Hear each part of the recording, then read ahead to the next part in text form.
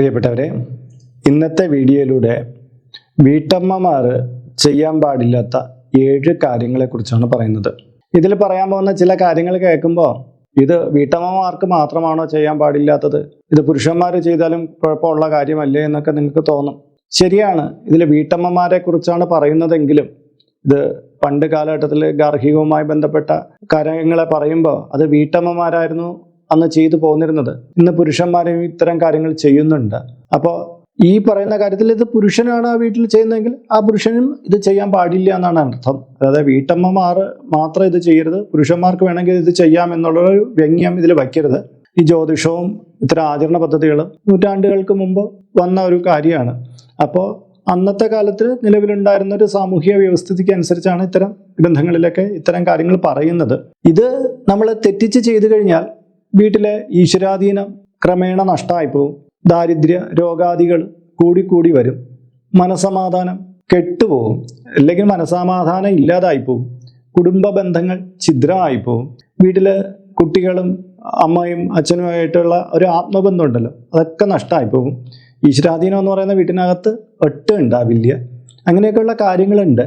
വളരെ ലളിതമായിട്ട് നമുക്ക് പാലിക്കാൻ പറ്റുന്ന ഈ 7 കാര്യങ്ങൾ നമ്മളൊന്ന് ശ്രദ്ധിച്ച് മുന്നോട്ട് കൊണ്ടുപോയാൽ നമ്മുടെ വീട്ടിൽ ഐശ്വര്യങ്ങളുടെ ഒരു വേലിയേറ്റം തന്നെ ഉണ്ടാകും. അത് നമ്മുടെ വീട്ടിനും നമ്മളെ ചുറ്റിപ്പറ്റിയുള്ള എല്ലാവർക്കും സുഖവും സമാധാനവും സന്തോഷവും എല്ലാം നൽകും. അപ്പോൾ നമ്മൾ അറിഞ്ഞോ അറിയാതെയോ തെറ്റുകൾ ചെയ്യാൻ കാരണമായ 7 കാര്യങ്ങളെക്കുറിച്ചാണ് ഈ വീഡിയോ പറയുന്നത്. ഒരു ഹൈന്ദവ ആചരണ രീതിയിൽ ജീവിച്ച് മുന്നോട്ട് പോകാൻ ആഗ്രഹിക്കുന്ന ഏതൊരാൾക്കും വളരെ ഗുണപ്രദമായിട്ടുള്ളൊരു കാര്യമായിരിക്കും. നിങ്ങൾ ഇന്ന് അനുഭവിച്ചു കൊണ്ടിരിക്കുന്ന ചില പ്രശ്നങ്ങൾക്ക് കാരണവും നിങ്ങൾ അറിയാതെ ചെയ്തു പോകുന്ന ഇത്തരം കാര്യങ്ങളായിരിക്കും. അതുകൊണ്ട് തന്നെ ഇത് പൂർണ്ണമായിട്ട് കേൾക്കുക. നിങ്ങളുടെ ജീവിതത്തിൽ ഇത്തരം കാര്യങ്ങൾ എന്തെങ്കിലും ചെയ്യുകയാണെങ്കിൽ അത് ഇന്ന് തന്നെ തിരുത്താൻ ശ്രമിക്കുകയും ചെയ്യുക.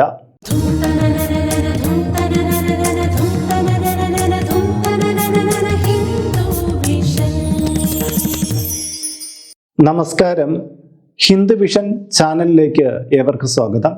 ഞാൻ RJ അയ്യർ ഹരിചന്ദന മഠം. ഹൈന്ദവ ആചാര സംബന്ധമായ, ജ്യോതിഷ സംബന്ധമായ, മോട്ടിവേഷൻ സംബന്ധമായ ഒട്ടേറെ കാര്യങ്ങൾ പറഞ്ഞിരുന്ന ഒരു വാട്സപ്പ് ചാനൽ നമുക്കുണ്ട്. ഇതിൻ്റെ കീഴെ ഡിസ്ക്രിപ്ഷൻ ബോക്സിലും കമൻറ്റ് ബോക്സിലും അതിൻ്റെ ലിങ്ക് കൊടുത്തിട്ടുണ്ട്. നിങ്ങൾ അതിലൂടെ ചെന്ന് ആ ചാനൽ ജോയിൻ ചെയ്താൽ നിങ്ങളുടെ പിറന്നാളിന്, നിങ്ങളുടെ കുടുംബാംഗങ്ങളുടെ പിറന്നാളിന് സൗജന്യമായിട്ട് പുഷ്പാഞ്ജലി അർച്ചനകൾ നടത്തി കിട്ടുന്നതാണ്. മാത്രമല്ല, ഈ വീഡിയോ കണ്ടുകൊണ്ടിരിക്കുന്നവർക്ക് ഇതിൻ്റെ കീഴെ കമൻറ്റ് ബോക്സിൽ നിങ്ങളുടെ പേര്, നിങ്ങളുടെ വയസ്സ്, നിങ്ങളുടെ നക്ഷത്രം ഇവ രേഖപ്പെടുത്തിയാൽ ഇവിടെ നടക്കുന്ന പൂജാ പ്രാർത്ഥനകളിൽ നിങ്ങളെ കൂടി ഉൾക്കൊള്ളിക്കാൻ പറ്റുന്നതാണ്. 1 മാസത്തേക്കായിരിക്കും ഇപ്രകാരം ചെയ്യുന്നത്. കൂടുതലായിട്ട് വേണമെന്നുള്ളവർ ഇനി തൊട്ട് അപ്ലോഡ് ചെയ്യുന്ന എല്ലാ വീഡിയോയുടെയും കീഴെ ഇപ്രകാരം ചെയ്താൽ മതിയാകും. അതിനായിട്ട് ഈ ചാനൽ ഇതുവരെയും സബ്സ്ക്രൈബ് ചെയ്തിട്ടില്ലെങ്കിൽ അത് ചെയ്യുവാനും ഈ വീഡിയോ ഒന്ന് ലൈക്ക് ചെയ്യുവാനും താല്പര്യപ്പെടുന്നു. കാര്യം എങ്കിൽ മാത്രമായിരിക്കുമല്ലോ ഇതിൽ പുതുതായിട്ട് അപ്ലോഡ് ചെയ്യുന്ന വീഡിയോകളുടെ വിവരം നിങ്ങൾക്ക് അറിയാൻ കഴിയുക. അത് നിങ്ങൾക്ക് പ്രയോജനപ്പെടുത്താമല്ലോ. അപ്പോൾ വീട്ടമ്മമാർ ചെയ്യാൻ പാടില്ലാത്ത 7 കാര്യങ്ങളിൽ ആദ്യത്തെ കാര്യം എന്ന് പറഞ്ഞാൽ നമുക്ക് ഏവർക്കും അറിയാവുന്ന കാര്യം തന്നെ, മുടിത്തുമ്പ് കെട്ടാതെ വീട്ടിലെ പൂജാമുറിയിലോ ക്ഷേത്രത്തിലോ പോയി നമ്മൾ പൂജാകർമ്മങ്ങളിലൊന്നും ഏർപ്പെടരുത് എന്നുള്ളത്.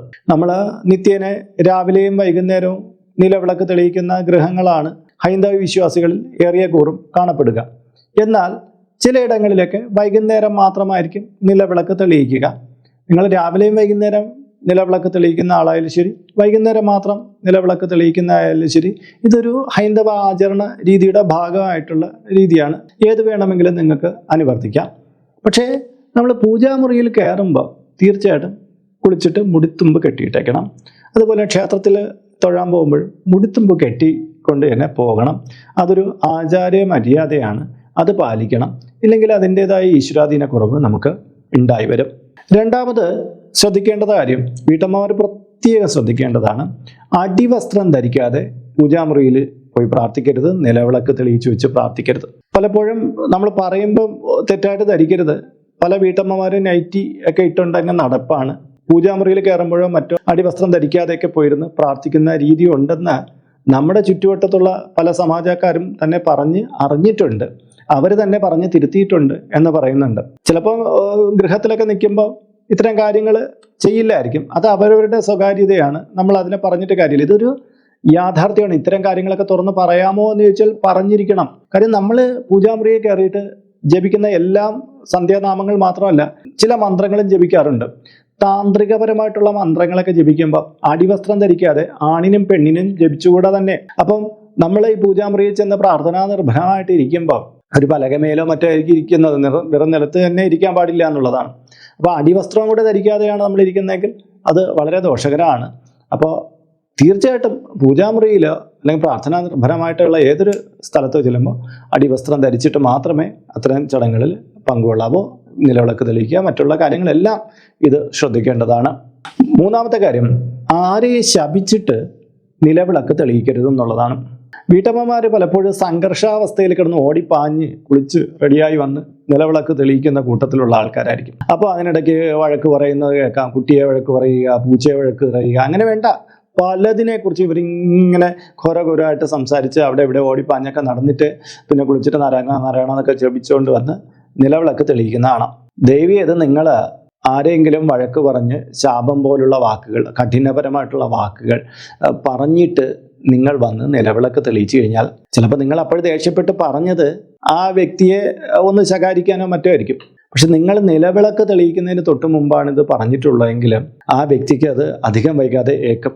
പക്ഷെ നിങ്ങളിങ്ങനെ ഒരു ശാപം വെച്ച് നിലവിളക്ക് തെളിയിച്ചതിൻ്റെ ദോഷം നിങ്ങൾക്കും പിൽക്കാലത്ത് വന്നു ചേരും. അതുകൊണ്ട് ആരെങ്കിലും നിങ്ങൾ അറിയാതെ ഇങ്ങനെ വഴക്കൊക്കെ പറഞ്ഞ് ശക്തമായി ശാസിച്ചിട്ടുണ്ടെങ്കിൽ നിങ്ങൾ വിളക്ക് തെളിയിക്കുന്ന കുറച്ചുകൂടി വൈകിട്ടാണ്, ഒരു മണിക്കൂറെങ്കിലും കഴിഞ്ഞിട്ട് പിന്നെ വിളക്ക് തെളിയിക്കാവൂ. അത് ശ്രദ്ധിക്കേണ്ടതാണ്.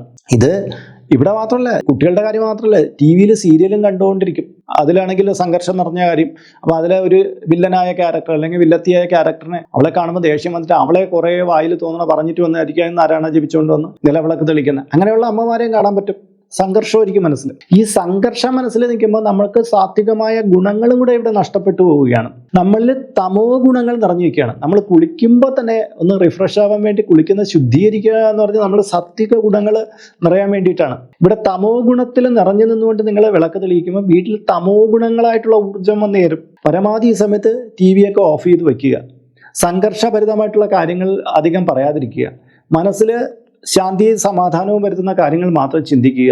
ലളിതാ സഹസ്രനാമം അങ്ങനെയൊക്കെയുള്ള കാര്യങ്ങൾ നമ്മൾ വിളക്ക് തെളിയിക്കുന്നതിന് മുമ്പ് തന്നെ നമ്മളെ മനസ്സിൽ കുറച്ച് ധ്യാനങ്ങളൊക്കെ ഇങ്ങനെ ജപിച്ച് വന്നിട്ട് നിലവിളക്ക് തെളിയിക്കുക. അതിന് മുമ്പ് ഒരുക്കൊക്കെ നമ്മൾ നടത്തുമല്ലോ, വിളക്കൊക്കെ കൊണ്ടുവന്ന് വെച്ച് പൂക്കളൊക്കെ കൊണ്ടുവന്ന് വയ്ക്കുക.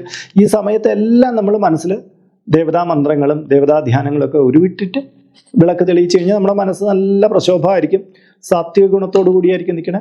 ആ വീട്ടിൽ അതിൻ്റെ സമാധാനവും സന്തോഷവും ഐശ്വര്യവും എല്ലാം വന്നു തരികയും ചെയ്യും. ദാരിദ്ര്യമൊക്കെ പതിയെ അങ്ങ് വിട്ടകന്നു പോകും. രോഗങ്ങളൊക്കെ മെല്ലെ അങ്ങ് അകന്നു പോകും. അത് നമ്മൾ മനസ്സിലാക്കേണ്ട കാര്യമാണ്. ഇനി അടുത്തൊരു കാര്യമാണ്, ഇനി നാലാമത്തെ കാര്യമാണ്, സന്ധ്യാനേരത്ത് അലഞ്ഞു തിരിഞ്ഞ് നടന്നിട്ട് രാത്രി അങ്ങ് ഇരുള് വരുന്നതിന് ശേഷം ഓടിപ്പാഞ്ഞ് നടന്ന് വിളക്ക് തെളിയിക്കാൻ പോവുക എന്നുള്ളതാണ്. പല വീടുകളിൽ ഇത് കാണാറുണ്ട്. സന്ധ്യാസമയത്ത് അവർക്ക് 100 കൂട്ടം തിരക്കാണ്. അത്രയും നേരം അവിടെയൊക്കെ ചുറ്റിപ്പറ്റിയ കാര്യം പറഞ്ഞ് ഇതൊക്കെ പറഞ്ഞിരിക്കണവർ സന്ധ്യാസമയമാകുമ്പം നിലവിളക്ക് തെളിയിക്കേണ്ട സമയമാകുമ്പോൾ കുളിക്കാൻ ഓടും. അത് കഴിഞ്ഞിട്ട് അവിടെ എവിടെയൊക്കെ ചുറ്റിപ്പറ്റി നടക്കും.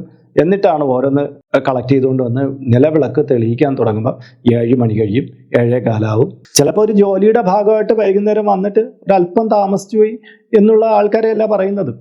ഈ സന്ധ്യാസമയത്ത് ഇങ്ങനെ അലസമായിട്ട് നടന്നിട്ട് ഒടുവിൽ ഓടിപ്പാഞ്ഞ് വളരെ വൈകി വിളക്ക് തെളിയിക്കുന്ന ആൾക്കാരെ കുറിച്ചാണ് പറയുന്നത്. നിങ്ങൾ വിചാരിക്കും പോലെ നിങ്ങളുടെ വാതിൽക്കല് നിങ്ങൾ ആനയിച്ചു കൊണ്ടുവരേണ്ട ശ്രീ ഭഗവതി അവിടെ നിൽക്കുന്നുണ്ട്. നിങ്ങൾ കാണിക്കുന്ന പ്രവൃത്തികളെല്ലാം ആ ഭഗവതി കാണുന്നുണ്ട്. ഇതെല്ലാം നിങ്ങൾ ചെയ്യുന്നത് ഇത്തരം പ്രവൃത്തികൾ നിന്ദാകരമായിട്ടുള്ള കാര്യമാണ്. നിങ്ങൾ പിന്നീട് വിളക്ക് തെളിയിച്ചു വെച്ചാൽ ഈ ഭഗവതി കുറച്ചു നേരം നിന്നിട്ട് കടന്നു പോകും. പക്ഷെ ഒരു ജോലിയുടെ ഒരു ആവശ്യമായിട്ടൊക്കെ പുറത്തുനിന്ന് വളരെ കഷ്ടപ്പെട്ട് ഓടി വന്ന് വിളക്ക് തെളിയിക്കുന്ന അടുത്ത് ആ അമ്മ കാത്തു നിന്നിട്ട് അവരോടൊപ്പം തന്നെ ആ വീട്ടിലേക്ക് പ്രവേശിക്കും. അതിൽ പ്രശ്നം വരുന്നില്ല. പക്ഷേ അലസമായിട്ട് നടന്ന് നമ്മൾ സമയം പാഴാക്കിയിട്ട് ഇങ്ങനെ വിളക്കൊക്കെ തെളിയിക്കാൻ പോകുന്നത് കൊണ്ട് വലിയ പ്രയോജനമൊന്നും കിട്ടില്ല. അത് കുറച്ചുകൂടി പ്രശ്നങ്ങളെ ക്ഷണിച്ചു വരുത്തും. അതുകൊണ്ട് തന്നെ ഒരു കൃത്യസമയം ഒരു 6:15 മുതൽ 6:45 വിളക്ക് തെളിയിച്ചോളും. ചിലപ്പം ചില മാസങ്ങളിലൊക്കെ കുറച്ചുകൂടി നേരത്തെ 6 മണിയാക്കുമ്പോൾ നേരെ ഇരുട്ടും. എങ്കിലും ആ സമയത്ത് വിളക്ക് തെളിയിച്ചോളും. അതല്ലേ വേണ്ടത്. സൂര്യൻ അസ്തമിച്ചു, ഭൂമിയിൽ ഇരുട്ട് പരന്നു തുടങ്ങുമ്പോഴാണ് വെളിച്ചം വയ്ക്കേണ്ടത്. അതിന് കൃത്യസമയം ഇങ്ങനെ നമുക്കിങ്ങനെ പറഞ്ഞു കൊടുക്കാൻ പറ്റില്ല. സമയമൊക്കെ മാറി വരാറുണ്ട്.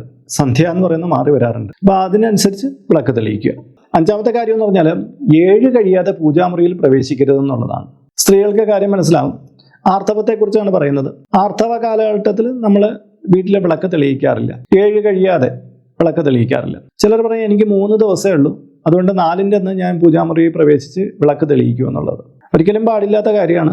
നമ്മൾ ശുദ്ധി എന്ന് പറയുന്നത് ആർത്തവകാലം അത് നിലച്ചു കഴിയുന്ന 1-2 ദിവസം കൂടെ നോക്കണം.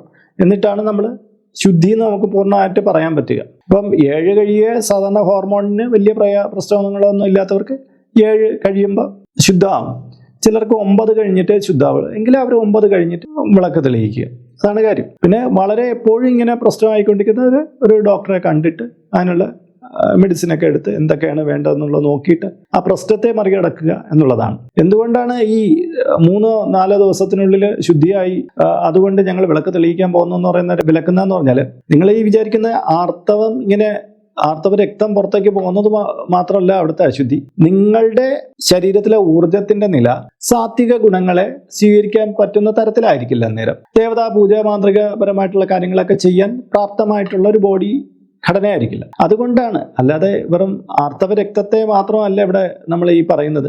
നമ്മുടെ ബോഡി ആ ചാലകം കൃത്യമായിട്ട് നിൽക്കണം അതിന് വേണ്ടിയിട്ടാണ് പറയുന്നത്. അല്ലാതെ വെറുതെ ഇതിന് അശുദ്ധം എന്നൊക്കെ പറഞ്ഞ് ആ രീതിയിലല്ല കാണേണ്ടത്. നമ്മുടെ ബോഡിയുടെ ഊർജ്ജതലം വേറൊരു തലത്തിലായിരിക്കും. അതുകൊണ്ടാണ് 7 കഴിയണമെന്ന് നിഷ്ഠ പറയുന്നത് കേട്ടോ. 6ാമത്തെ കാര്യം അരിക്കലം ഒഴിയരുത് എന്നുള്ളതാണ്.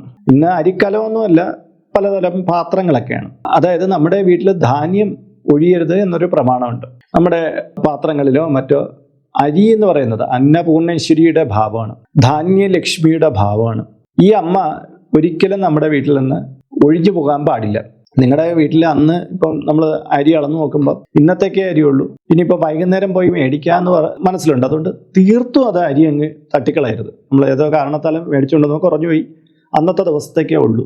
നമ്മൾ വിചാരിക്കുന്നതാ ഇന്ന് രാവിലത്തേക്ക് ഉണ്ടല്ലോ, വൈകുന്നേരം ഞാൻ അരി മേടിച്ചുകൊണ്ട് വന്നോളാം. പക്ഷെ നിങ്ങളൊന്ന് ചിന്തിക്കണം, നിങ്ങൾ ആ അരി തീർത്തിട്ട് കഴിയുമ്പോൾ പിന്നീട് ആ പാത്രം ശൂന്യമായിട്ട് കിടക്കുകയാണ്. അതായത് ആ സമയത്ത് ദേവിയുടെ സാന്നിധ്യം ഇല്ല. അത് പാടില്ല, എപ്പോഴും വേണം ഇവരെ. അതുകൊണ്ട് തന്നെ നിങ്ങൾ ഒരല്പം അരിയെങ്കിലും ആ പാത്രത്തിൽ അവശേഷിപ്പിച്ചിട്ട് മാത്രം എടുക്കുക. വൈകുന്നേരം നിങ്ങൾ വേറെ വാങ്ങിച്ചുകൊണ്ടെന്നാൽ ഇട്ടോളൂ, പക്ഷെ ആ പാത്രം ഒഴിഞ്ഞു കാണരുത്, അത് ശ്രദ്ധിക്കേണ്ടത്. ഇതുപോലെ തന്നെയാണ് നമ്മുടെ പേഴ്സിൽ പണം ഒഴിയരുതെന്ന് നമ്മൾ പറയാറ്. അതായത് എപ്പോഴും ധനനഷ്ടം, എപ്പോഴും പ്രയാസങ്ങൾ വരുന്ന ആൾക്കാർ, നിങ്ങളുടെ പേഴ്സിൽ ധനലക്ഷ്മിയുടെ സാന്നിധ്യം എപ്പോഴും ഉണ്ടായിരിക്കണം. എങ്ങനെയായാലും ഒരു 101 രൂപയെങ്കിലും നിങ്ങൾ ആ പേഴ്സിൽ സൂക്ഷിച്ചിരിക്കണം.